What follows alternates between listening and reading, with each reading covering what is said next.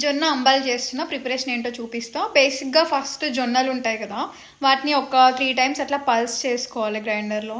చేసుకున్న తర్వాత దాన్ని మినిమం ఒక 8 hours అన్నా సోక్ చేసుకోవాలి, నానబెట్టుకోవాలి. నానబెట్టుకున్న దాన్ని ప్రాపర్గా బాయిల్ చేసుకోవాలి. బాయిల్ పెట్టుకొని నైట్ వదిలేస్తే మార్నింగ్ ఒక 8 to 10 hours తర్వాత అది ఫర్మెంటెడ్ అవుతుంది అనమాట. అది జొన్న అంబలి లాగా తయారవుతుంది. సో నేను ఆల్రెడీ అయితే 8 hours నానబెట్టుకున్నాను. ఇప్పుడు బాయిల్ చేస్తున్నాను.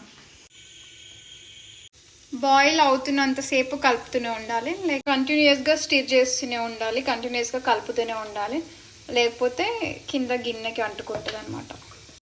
సో ఇది మంచిగా బాయిల్ అవ్వాలి.